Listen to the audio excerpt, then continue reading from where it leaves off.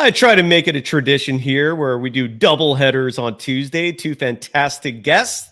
And part one, thank you again to Dan for joining the program, giving us a fantasy look at the Warriors and some interesting statistics pertaining to the roster and personnel. And now I bring the lovely, the talented Sophia Jones, former point guard for San Jose State. Today, Sophia and I are going to be discussing the Warriors lineups. Who should start? Who should be in the first unit off the bench, the second unit? And how are they going to fit all these players onto the court when each 5 positions can only play 48 minutes total? We're going to break all that down next.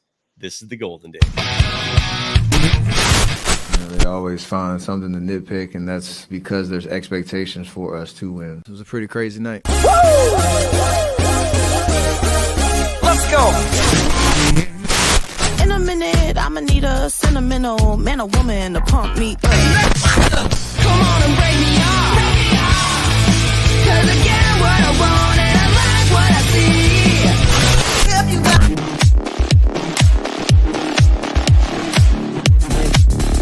Oh, that music needs to start, baby!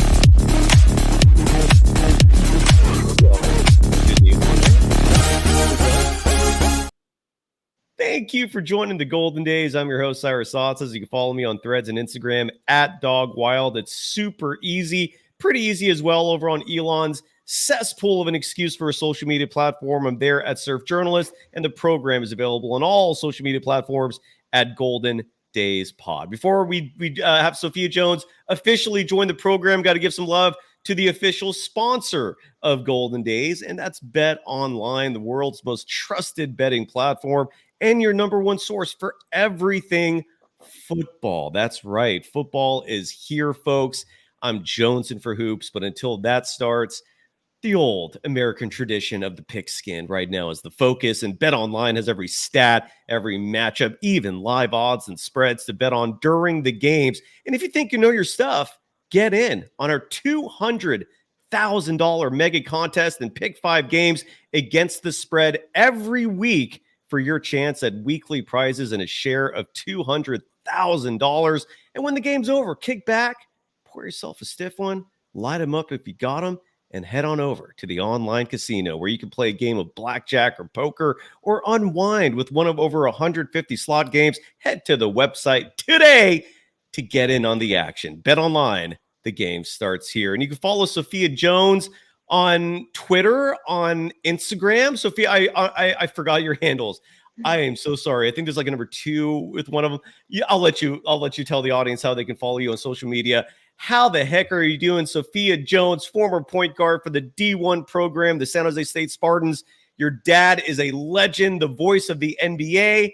You're making a name for yourself. Super excited to see where you end up eventually in your adventure. But for now, Sophia, great to see it. How can people follow you on social media?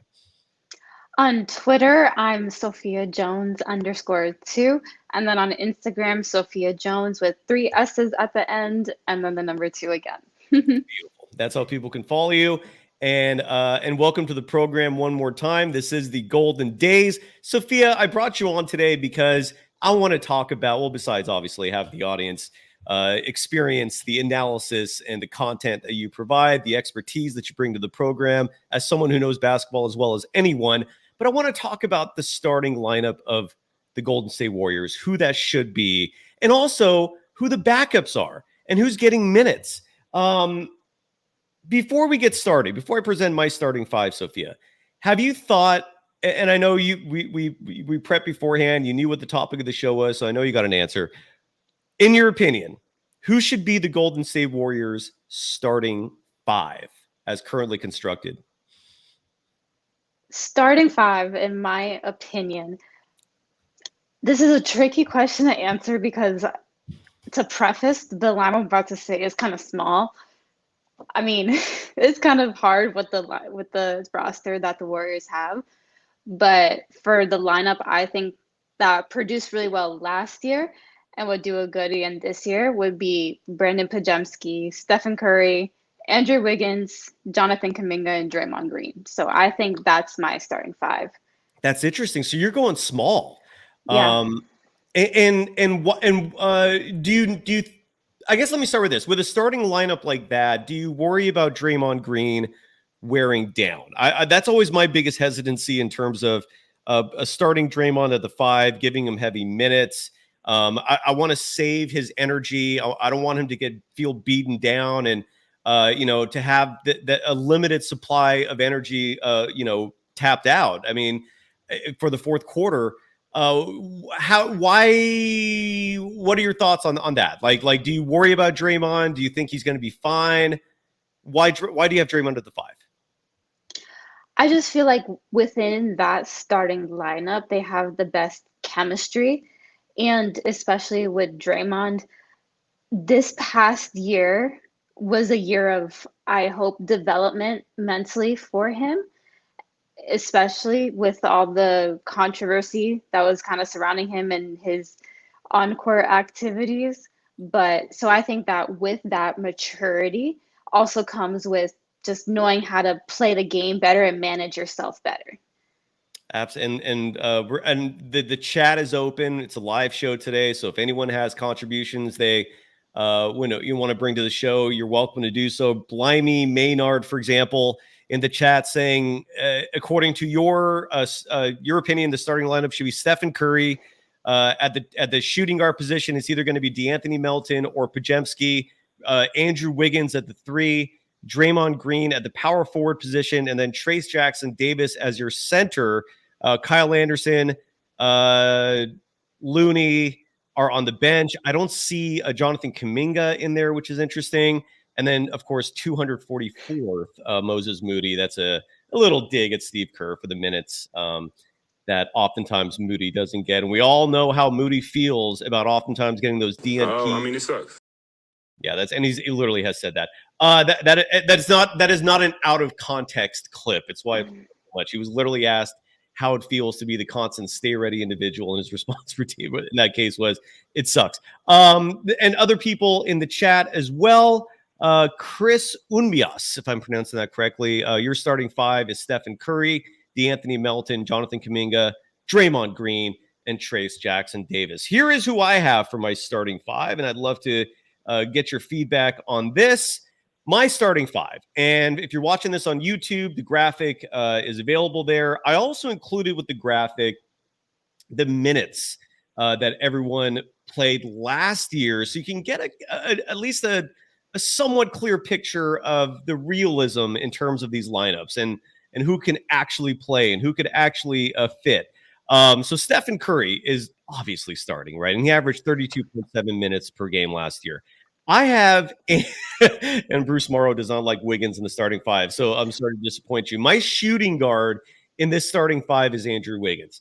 I want Wiggins to play his natural position. This is the position he played for his entire career in Minnesota. It's the position he played when he was in Kansas. And I know in 2022, he was oftentimes, he was all over the place. Kerr was having him play the 4 at times, defending bigger players, and he stepped up for that. But the more I'm watching Wiggins, and again, this is just my opinion, the more I'm thinking that 2022 is an anomaly. I want to see Wiggins play his natural spot. The 2 where he's comfortable shooting the 3. I love his perimeter defense. That's a huge reason why I wouldn't mind Wiggins starting there. And then rounding out my starting 5 is Jonathan Kuminga at the 3, which I think would be much more serviceable for him. I wouldn't even mind having Kuminga play the 2, in all honesty. The NBA has gotten so big and so talented. Small ball freaks me out. It genuinely concerns me. Draymond Green at the 4, Trayce Jackson-Davis at the 5. Sophia, I got to ask you, why was Trayce Jackson-Davis not in your starting 5? He was actually, when I had like my number 2 lineup, he was the center for that one. And my biggest thing was, I think, just a little bit more reps for him and just a little bit more playing time to getting used to being in that starter's position. I can see him definitely getting it at some point in the season. I would hope he actually would. But it's just something right now to start out the season. I think he would better be served coming off the bench. And especially last year, that was the role that he knew the best, and he was really good in it. What do you think about Bruce Morrow in the chat saying Draymond Green is not a starter anymore? I agree to disagree from my perspective. Sophia, your thoughts on that pretty wild take? For how do I put this? I would say if you're looking at an entire season and playoffs, it would probably be unrealistic for him to start all those games, even if he was healthy the whole time. But when it comes down to what starting five is going to produce the best, I do think Draymond Green is included in that. Absolutely. I agree with you. I don't think has a shot of winning. And I want to quickly address real fast. I am TJ's Rap Nation Johnson, who writes, everybody keeps talking about small ball, freaks me out, but the truth is we won championships with small ball. So stop it. And the rebuttal to that is, when we talk about small ball, there's variances to this. There's degrees to this. When I say small ball, I'm referring to 3, sometimes 4 guard lineups. I'm referring to, for example, Chris Paul, who's now off the roster, and he got basically replaced with DeAnthony Melton. So I'm referring to lineups that have an average height of, say, like 6'4", right? Where Stephen Curry is 6'3", Melton is 6'3". That's a very small backcourt. When the Warriors won the title in 2022, Jordan Poole, who stands 6'5", was the shooting guard for half the season, and then Klay Thompson stepped in. Klay Thompson was a 6'7" guard. So there's a drastic difference in terms of size there alone. In the 2022 season, you had Andre Iguodala playing significant minutes to start the season when they went 18-2 with that hot start. Andre Iguodala is 6'6", 6'7", depending on what you look at. He's a physical specimen. He's an athlete. He can body up bigs out there. He is not small in terms of guard size, right? Like he could play the 4 depending on certain lineups, right? And the biggest thing, though, besides the fact that Warriors team in 2022 had Otto Porter Jr., who stood 6'8", that size. They had Nemanja Bjelica at 6'8", that size. The landscape of the NBA was also very different, where the run for the Warriors to go to the championship outside of the Memphis Grizzlies, who did give them a difficult time, but the Warriors still dispatched them in 6 games. You had a Dallas Mavericks team that did not have real size. I honestly can't even remember who was the center on that team. Was it Kleber? And then you look at, and Dorian Finney-Smith was getting big minutes at like the 4 for that team. You look at the Boston Celtics; they didn't have a traditional center on that roster that season when the Warriors got through them. The Denver Nuggets were slowed by injuries. They had no Michael Porter Jr. They had no one outside of Jokic and Aaron Gordon. So they weren't bringing imposing size to intimidate the Warriors. My point is, the NBA just 2 years ago was very different than the NBA we have now, where for that 1 year, the Warriors were able to get through that gauntlet without having to deal with teams like the Lakers, who can give you 4 or 5 people in one lineup that with an average height of like 6'8", who's imposing, who's punishing you down low. They got away with it for that 1 year. It's not going to work again. Your thoughts on that, on what I just said, Sophia? The landscape of the NBA today definitely is quite different in regards to how big an average roster is. But I would also say that just because a roster they have the height and size doesn't mean that they necessarily play inside a lot, because for some teams, you do see their big stretch out the floor a lot as well, which in that case, you don't necessarily need to worry about them pounding it inside. There are still teams like that. I remember, especially with the Lakers, the Warriors would always have issues because they just scored so much in the paint. So unless a team is really just getting into the paint like that, I feel like small ball isn't necessarily that big of a detriment, because you can play a lot bigger than your height as well. So I was always I had to be a firm believer in that. But I remember, especially with Klay, I would watch him and he would get down in the post and he would stand his ground and he would actually play really good post defense. So sometimes it isn't necessarily about height or stature, but it's just about style of play. No, absolutely. Let me ask you this. You were what? May I ask what your height is? 5'6". Okay, so you were a 5'6" point guard for San Jose State, right? And I'm 5'10", and which is why I never play college ball. I mean, you have to be an absolute athletic freak to be 5'10" and get actual reps, at higher levels. And I'm not an athletic freak. I do okay, but I'm not a freak. So With that said, I did play organizationally through my 30s, whether it was club teams, whether it was, rec leagues. And I, as a 5'10" individual, if someone, let's say 6'2", is guarding me and vice versa, my life is a million times more difficult than if someone the same height or an inch or two off is who I'm playing against, right? You as a 5'6" point guard, was it harder for you having to match up with someone who, let's say, was 5'10" or 6 feet who played the same position as you? Or was size not an impediment and were you able to shake that off? I guess what I'm trying to ask is size a big deal to you like it is to me?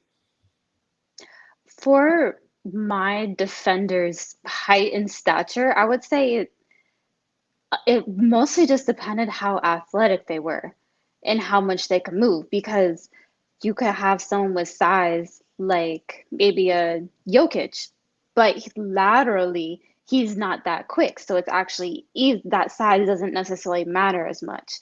And I even know, like, I'm 5'6". There was also a point guard in the Mountain West from Colorado State. Her name was McKenna Hofschild. She was about 5'4" maybe. So she was smaller than me, but I always had issues guarding her because she was just very speedy. Mm-hmm. So it's just one of those things about capability is really what it comes down to and how you use that height or lack of. Absolutely. So let's take the NBA game, for example, right? Where you don't really have players who aren't fast. Like everyone who's in the NBA is an elite athlete, globally speaking, right? These are the best athletes in the world. So you're not going to necessarily, if someone is playing the point offensively or defensively, even if they're taller or smaller, chances are speed will not be a huge advantage for one side or the other, unless you're like a Stephen Curry, right? So looking at the NBA game, do you not focus much on size? Like, is size not as big of a deal to you as it is to me again in this case, where like I don't like seeing the Warriors have the average, where the Warriors' average height in the NBA is the smallest. They were last year. I think their average height was 6'5", which was last 30th out of 30 teams in the NBA. In a sport and in a league more specifically, where everyone is an elite athlete, do little advantages like a few inches, does that start to become big advantages, or do you still think it depends? And what are your thoughts on the NBA landscape when it comes to size? When you do consider that the athletic ability is more even across the board, that size does help. Now that, yeah, size definitely does help. I just always think about the Warriors playoff series versus the Lakers and how much they just really struggled with their size with that. And just having even those, like the Jared Vanderbilts, those types of players, 3 and D, they really do, just because they're long. And when you have height and you know how to play in the gaps especially, that definitely does make a difference. Yeah, and the Lakers, to me, you brought up that is the team that, at least for me, is the bane of my existence as someone who actually wants the Warriors to win. I still don't think the Warriors have figured out how to beat the Lakers. And you're right, because the Lakers, it's not just Jared Vanderbilt, who's like 6'9" with a 7'3", 7'4" wingspan. It's Rui Hachimura. It's Anthony Davis. It's LeBron James, who has the skill set of a point guard with the physicality and size of like a power forward or center. And then all the bench guys, right? You have like the Christian Woods, the Jackson Hayeses. They've got so much size. And you're right, like you said, in a game where the abilities are so even, I just don't get it. The lack of focus on height. And let me last year, okay, let me ask you this. Let me take a step back here and present my starting five. Oh no, it's already there. Let me go to my second five, and then you can respond with yours.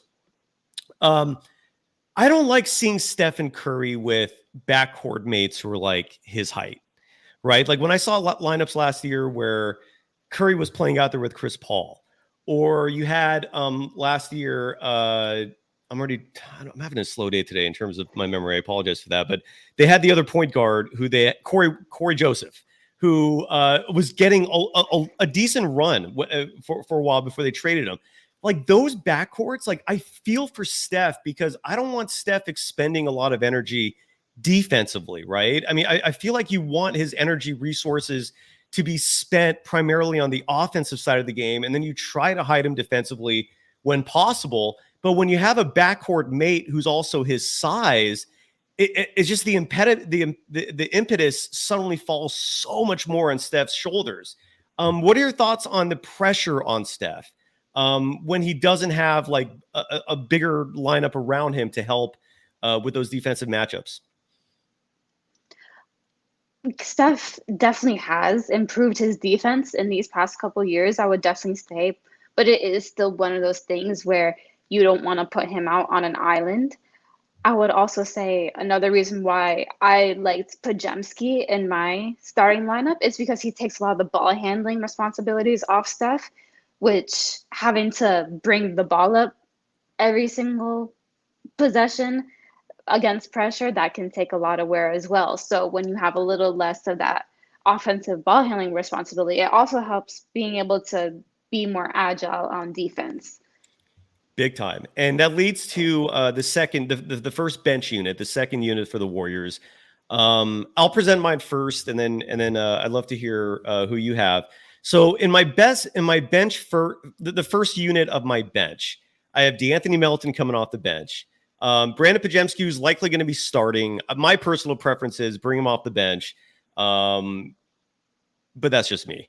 So you have DeAnthony Melton, Brandin Podziemski, Moses Moody, who I honestly would not mind being in that starting role in place of Andrew Wiggins, Kyle Anderson, and then this is where he starts getting really thin. Like I have Guy Santos as a 5, just because the only other player we could throw in there that's remaining will be Kevon Looney. But I really like Guy Santos. I think he deserves a run. That's just my personal preference. He's more agile than Kevon Looney. He spaces the floor as a 3-point shooter. Who do you have for your second unit?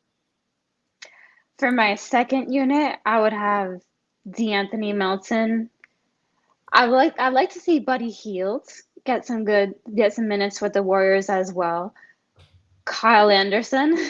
Okay. Trace Jackson Davis, and then Moses Moody. Okay. All right. That's a solid 5 right there. I feel like you already included Andrew Wiggins. Is that right? Yeah, he was in my starting lineup. Okay. All right. So then we both use the same, except for Buddy Hield. So I don't know who you have Guy Santos. Okay.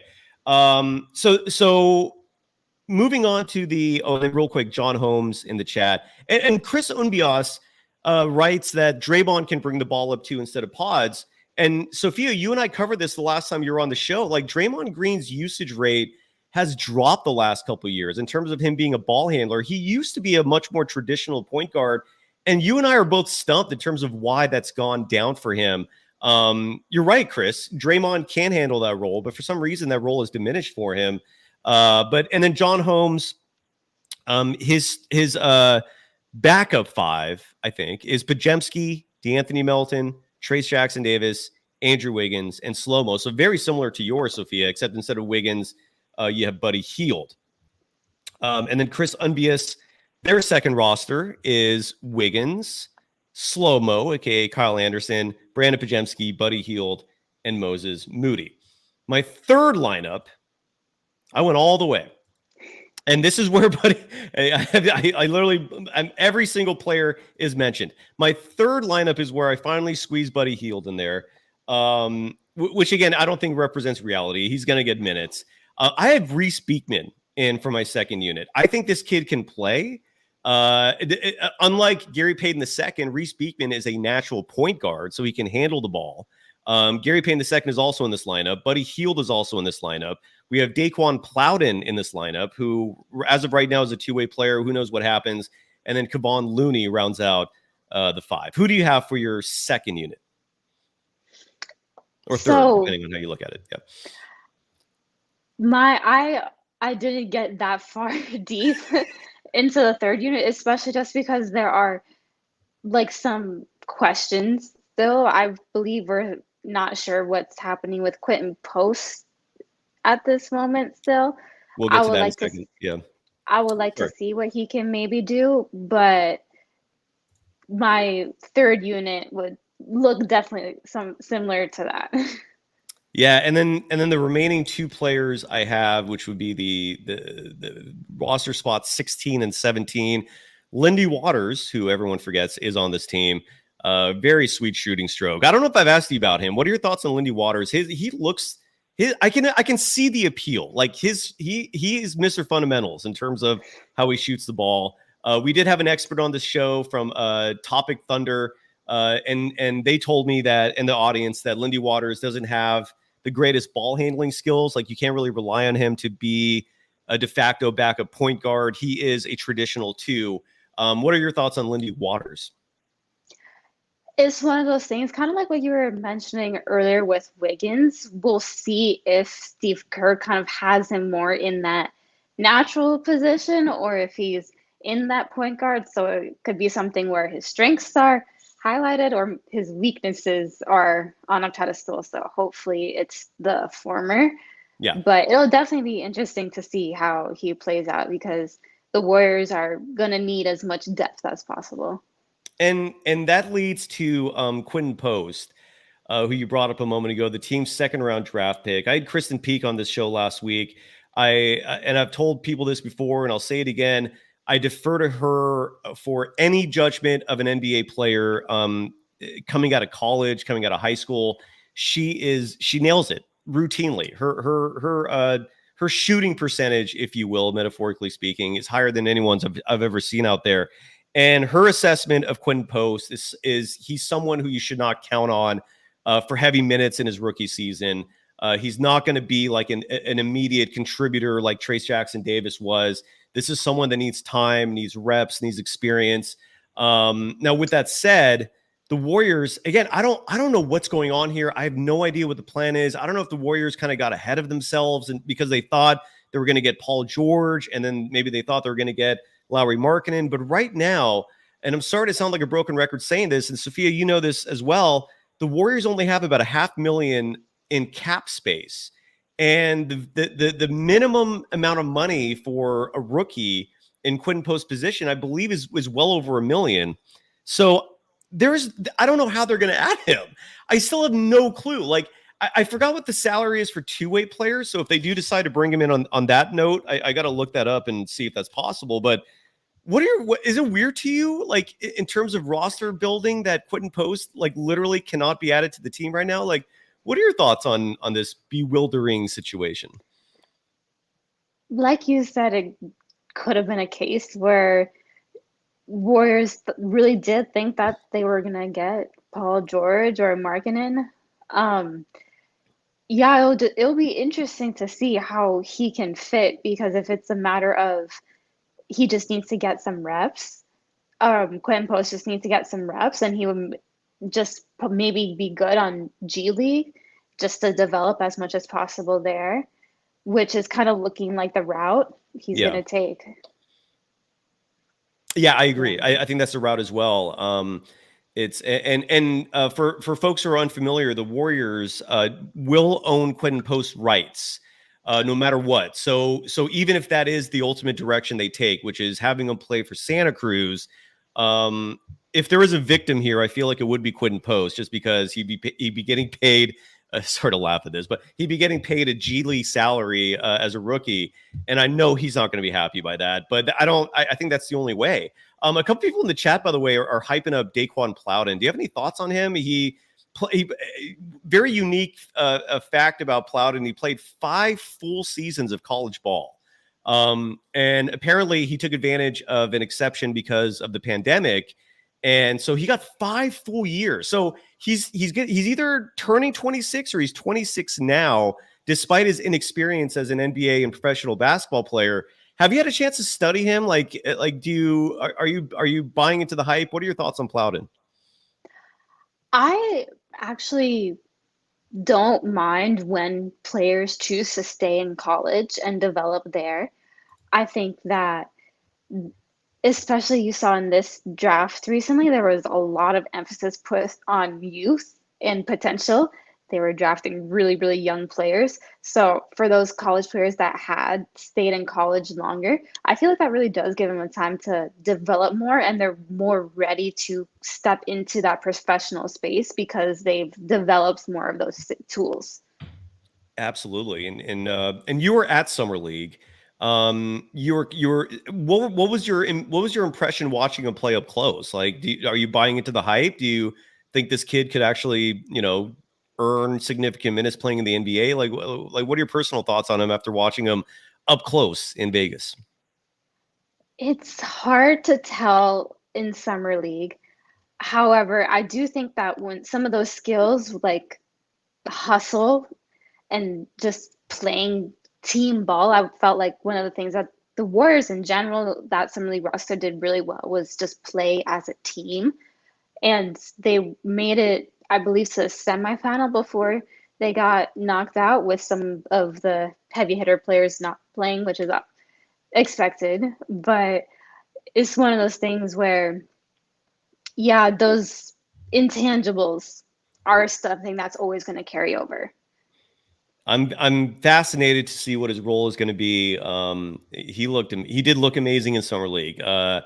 So I'm curious. You actually have some great information. We were talking about this before we started recording on Buddy Hield, the Warriors free agent acquisition. We all know his reputation as a shooter, but you have some great insights. Floor is yours. Enlighten the audience, please. I was able to talk to Chris DeMarco earlier. So he was actually the head coach of the Bahamian national team this past summer. He's also a Warriors assistant coach. And on the Bahamian national team is Buddy Hield, played for them this summer. So that's already a connection. And it's really good to come in with some type of familiarity with the coach. And he was just telling me how during summer it can be, you don't really know what you're getting from players necessarily all the time, but he said that Buddy was really reliable. He plays really hard, and he cared a lot about playing for that Bahamian national team. And he was also saying that offensively, he moves a lot without the ball, and he plays well off it, which I think will fit very well into the Warriors offense because they do so much movement off ball and it doesn't stick very often. He was actually saying that Buddy Hield was one of the players in the NBA that ran the most miles per game, so, which is interesting because he's probably up there with Steph Curry. And when you talk about matching up against defenses, that's a lot of wear that the defensive opponents are having to chase after these two players a lot. But Buddy, Coach DeMarco was also saying how Buddy recognizes when to attack, and he's a very high volume shooter, but he's also very free flowing. So it'll be really interesting to see how he fits into this offense, but he thinks that he's a natural fit. That is music to my ears. And that's the first time I've heard any kind of analysis about Buddy Hield as an off the ball player, which if you know the Warriors, you know that's a vitally important aspect of their scheme offensively, of the system they run, is movement, right? Like Steve Kerr loses his mind, and rightfully so, at any sign of stagnation, of standing around. ISO ball is not Warriors ball. And what you're saying, and again, this is you contributing some great stuff to the program, Sophia, I can't thank you enough for that, is that Buddy Hield, through your source, Chris DeMarco, a Warriors assistant, he's been with the team for a few years now. I feel like it goes pretty far back with him. Great job. That's a hell of a source. So Buddy Hield, this is probably why they were so attracted to him and why they pursued him, right? Is he's a hustler. He moves off the ball, and Stephen Curry just has that great reputation for the miles he runs, right? We've heard from countless other NBA players talking about the nightmare that is defending Steph, running around chasing him. And from what you're saying, from what you heard from Coach Marco, Buddy Hield follows a very similar discipline offensively. That is awesome. I love hearing that. What is your now? Folks like Bruce Morrow write that Buddy Hield can't defend, and he's not the first person who said that. What are your thoughts on him as a defender? Will the offense make up for any lapses, or do you think that is malarkey? and he actually is a good defender. That is definitely one aspect in his game that could probably see a little bit of improvement. On ball, he's capable. Off ball is one of those things where he can tend to doze off a little bit. So that's just one of those things where it just takes that drive really to want to play defense at the end of the day. And hopefully getting in the right system with the right defensive coaches and the right defensive players on the floor can help. Oh, totally. No question about that. And again, that's awesome to hear. Just that little report you just did right alone has made me like the addition of Buddy Hield infinitely more. So thank you for sharing that great news. Before we move on from rotations and Jerry in the chat saying that Draymond Green will make sure he plays D. I hope you're correct.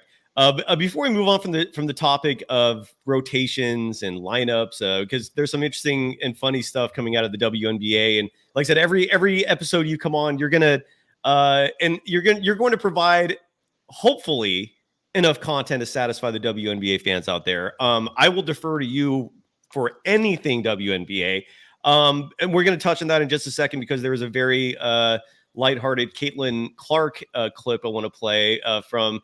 I don't know who the individual is that asked the question, but he asked the same thing to LeBron James a little while before. So which is good news because it means that he wasn't necessarily picking on Caitlin Clark. He was just trying to bring some levity.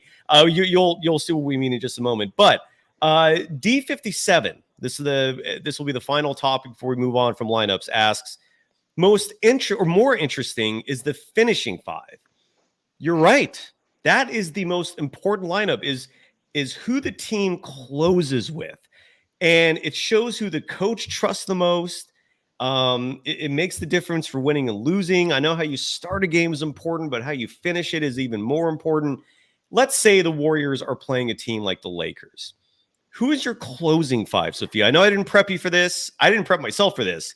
But who are you finishing the game with if you're the head coach of the Golden State Warriors? I think definitely the obvious ones would have to be Steph Curry and Draymond Green. You definitely want some type of height, so I'm going to throw Trace Jackson Davis in there. And I would probably say, rounding out, I would go with Kuminga and Wiggins to close. So my starting lineup is your closing lineup. Yeah, actually, now that I think about it, yeah.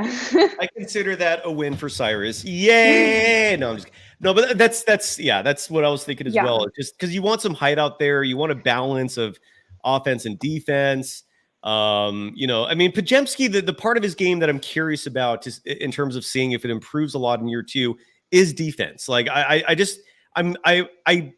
I hope he's not a liability on that side of the ball. He wasn't in year one, thank goodness. His lateral speed is not the greatest, but I don't think it's like a liability either. What are your thoughts on Podziemski as a defensive player, if you have any thoughts on that? Just kind of about what you said. He's not necessarily a liability, but you want, especially when you're the type of player where you're not going to be extremely prolific on offense, you don't want any gaps in your game to be highlighted. So that's where I would say something definitely, hopefully he worked on this offseason, is those defensive improvements he could get on. I think I saw a video of Drew Holiday training and working out, and it was just him on defense the whole time, which is insane because no one really likes working on defense for real. No, that is true. That is true. It's not the fun part of practice. That's the part you just kind of suck it up and you're looking at the clock constantly. And I think a lot of it depends on the coach too and what kind of drills they're running, right? Some drills can be fun, but anyways, I digress. All right, let's shift gears here. Oh, real fast. You brought up the Bahamas and the Olympic team and Chris DeMarco coaching that team. Buddy Hield was a part of it. Wasn't Klay Thompson out there?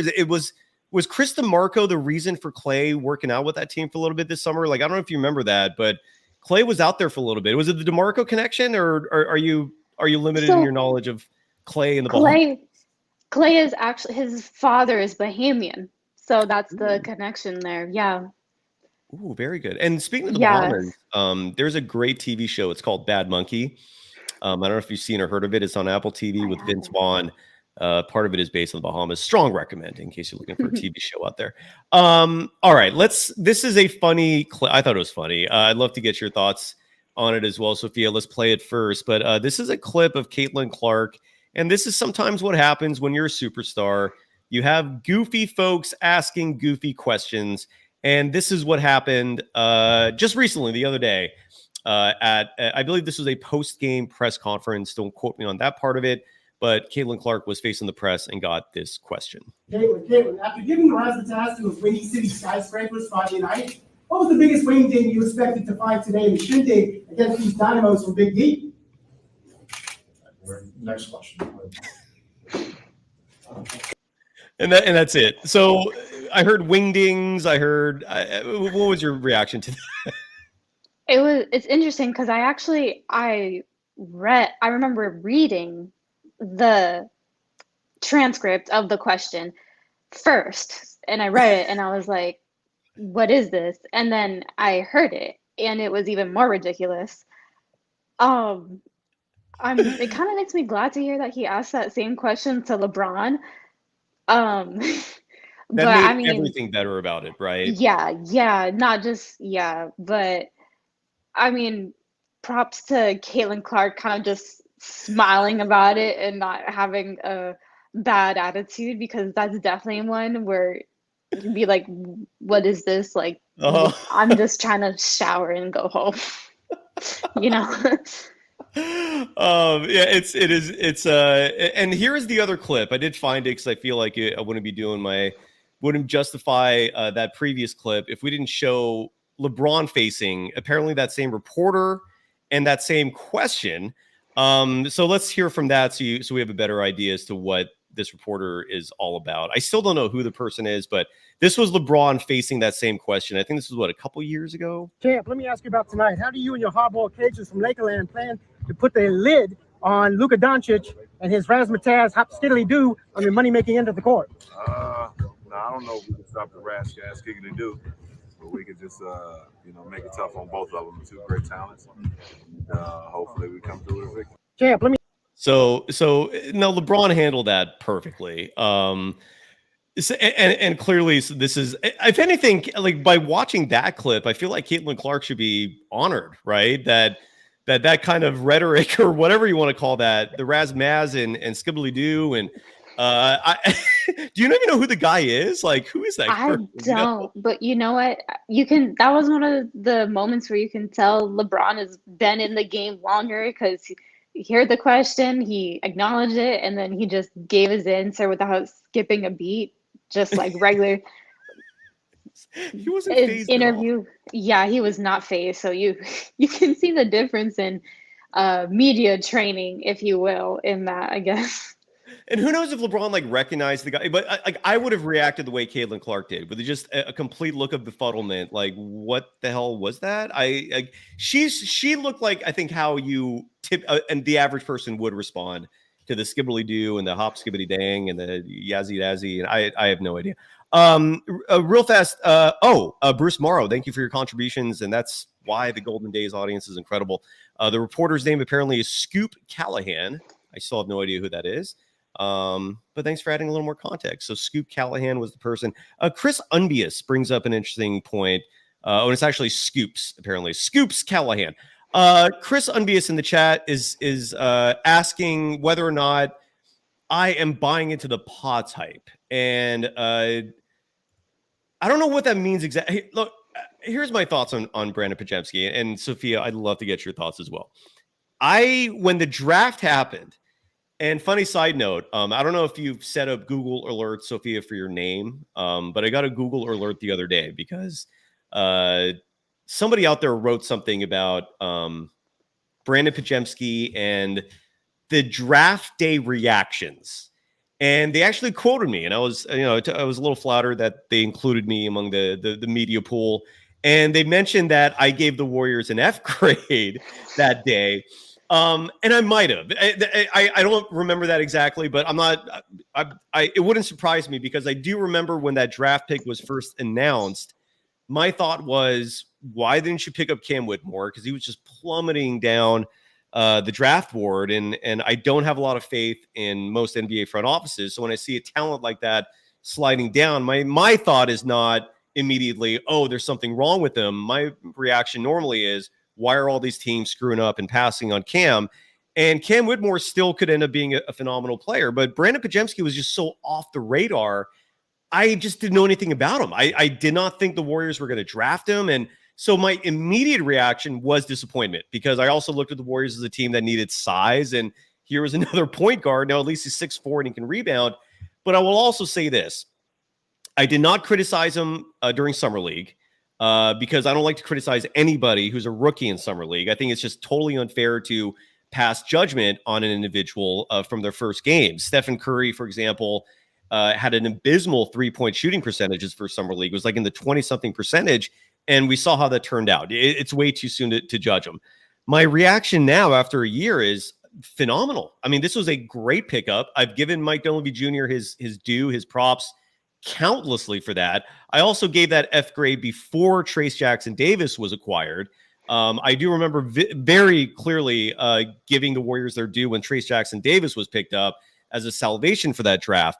But my ultimate assessment of Brandin Podziemski is this. I don't think we know what we're going to get from him yet.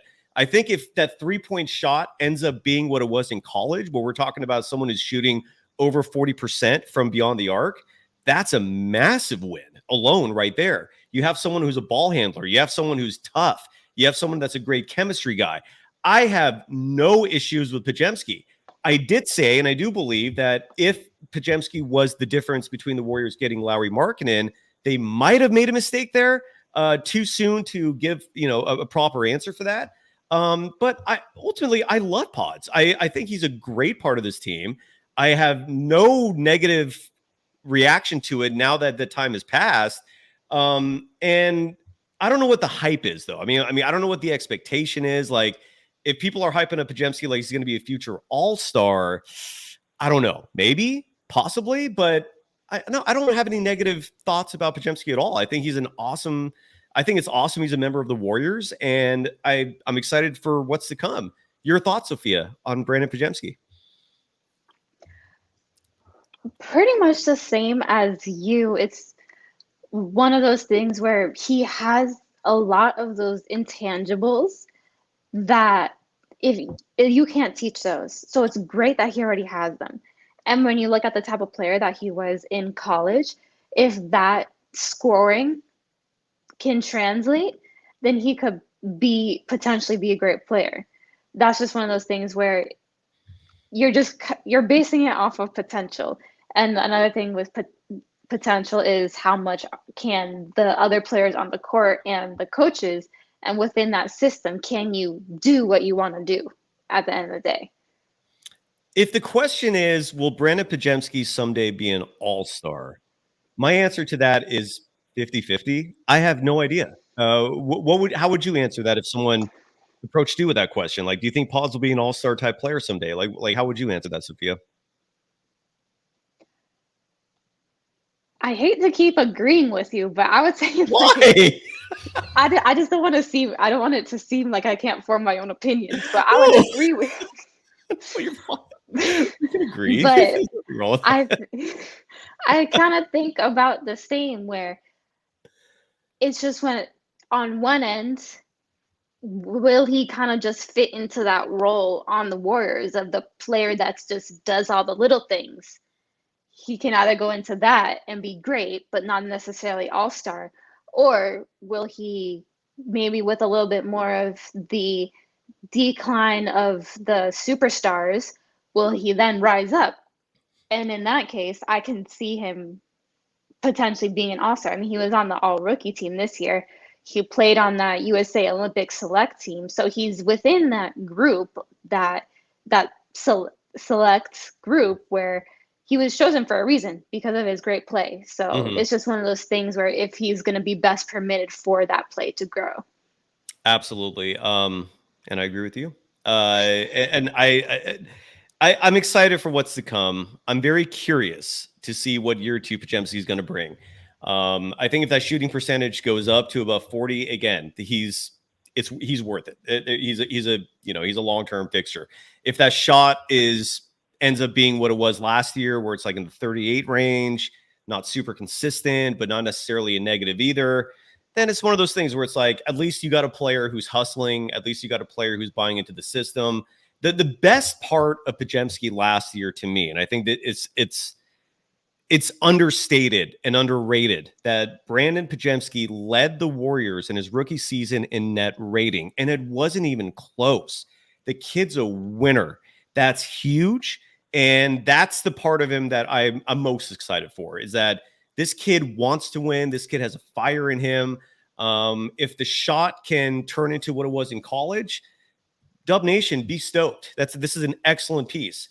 And we shall see. So, and folks in the chat, like Genji Gok saying, not a fan of two smaller guards in the backcourt. That I agree with you with.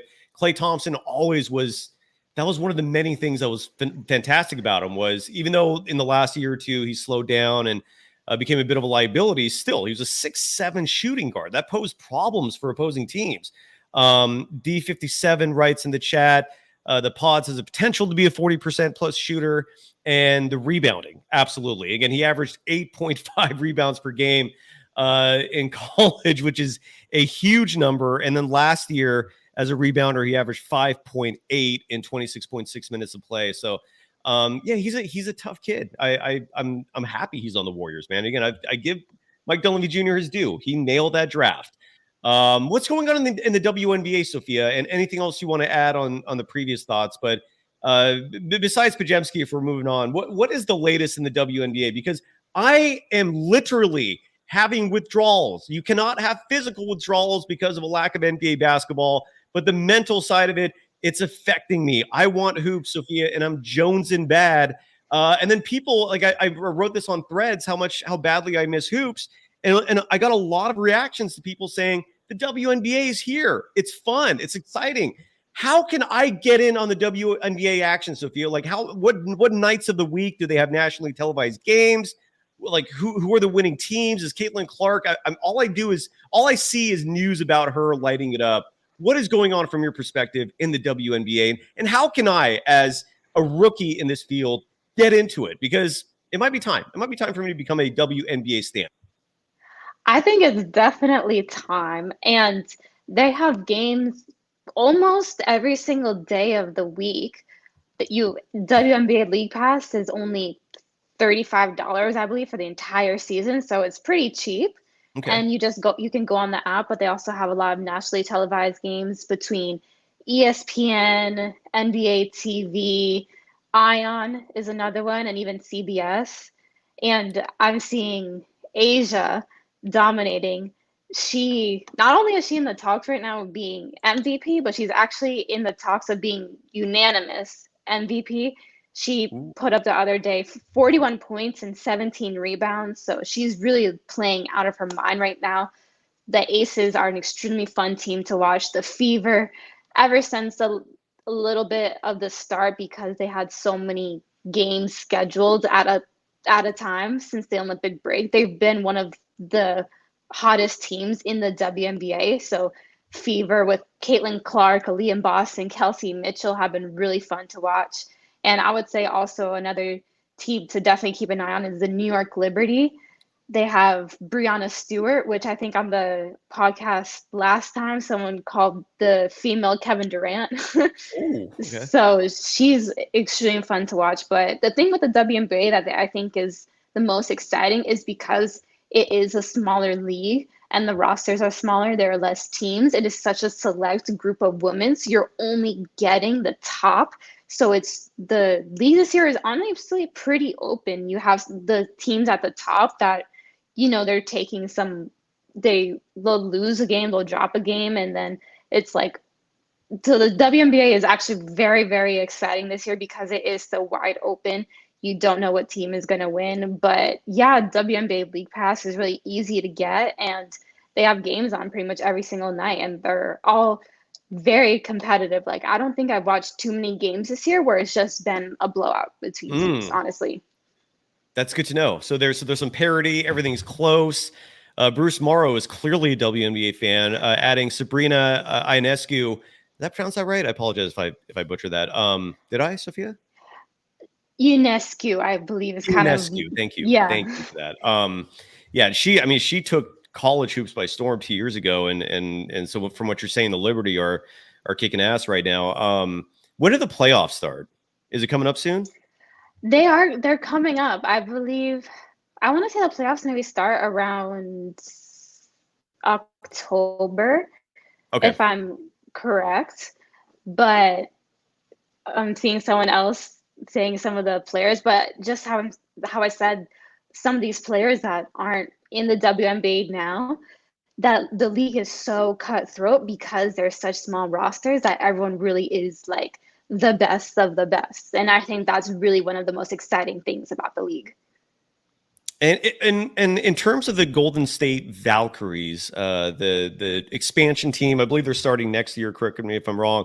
And we're all rooting. Are they going to get the number 1 pick in the draft? Is that set in stone? And I'm guessing Paige Bucher is the one we're all rooting for in the Bay Area, right? Your thoughts, or correct me if I'm wrong on any of that. Yeah. So I believe with expansion teams, it'll be where they do get a pick in the lottery as well as like an expansion draft. Gotcha. Where it's similar to the NBA, like teams will basically make players available and they'll have their pickings of them.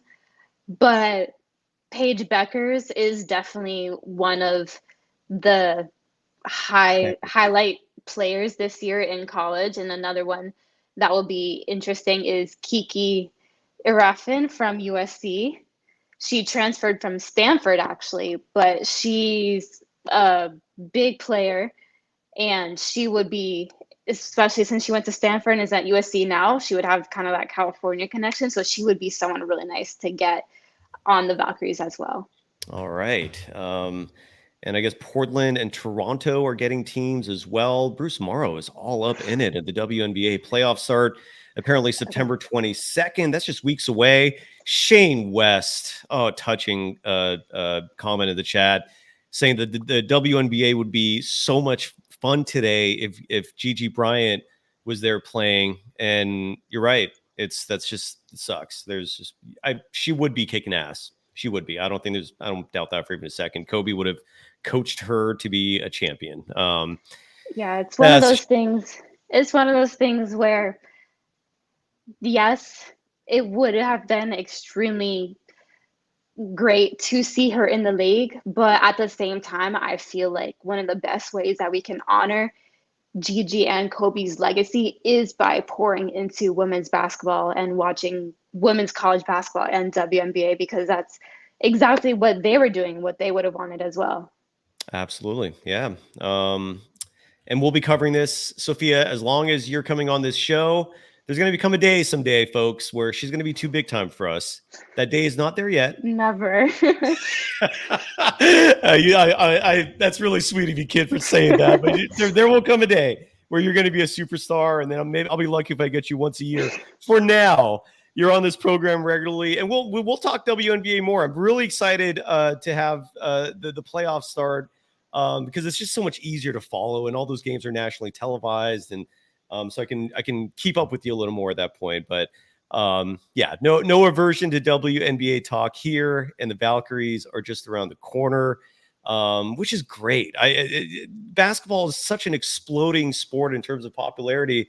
There is not enough right now. So the fact that there's another team coming and all the new opportunities that could come from that, Chase Center, that's another 30 nights a year. I don't know how many games are in the WNBA schedule, but all those additional nights that arena is going to get filled up. Do you like the color scheme, or are you a fan of the purple? I am the biggest fan of the purple, actually. Yeah, there you go. Yeah, like purple. I believe it's like a purple lilac and kind of a silver and black.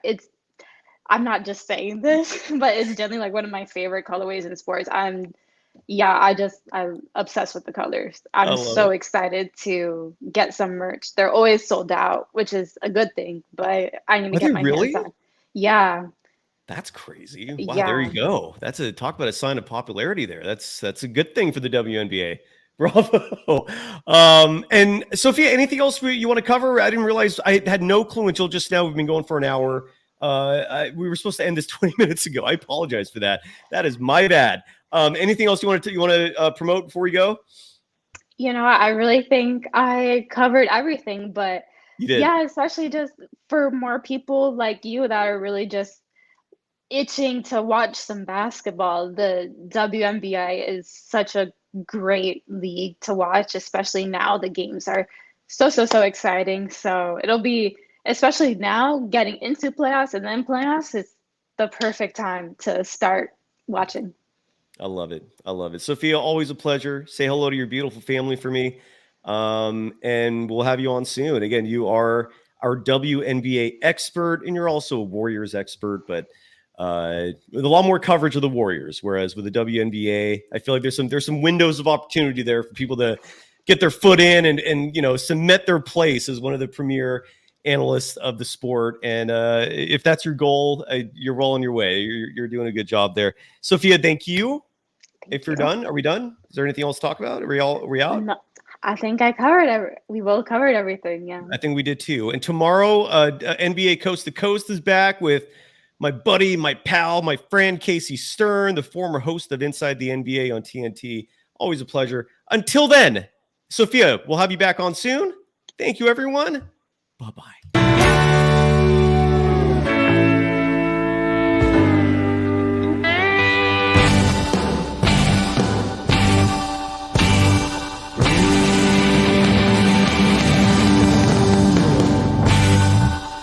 Bye-bye.